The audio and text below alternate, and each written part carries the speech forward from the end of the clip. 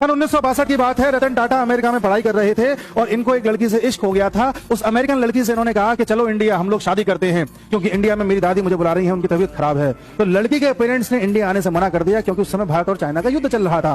तो रतन टाटा ने कहा कि मैंने तुमको वादा किया है कि शादी तुमसे ही करूंगा, मैं आऊंगा लौट करके और तुमसे शादी करूंगा। लेकिन जब रतन टाटा वापस लौट करके पहुंचे तो पता चला उस लड़की का विवाह किसी और से करा दिया गया था।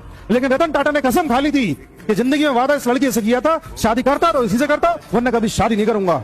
और यही कारण है कि इन्होंने कभी जिंदगी पर शादी नहीं करी। इसे कहते हैं लॉयल्टी।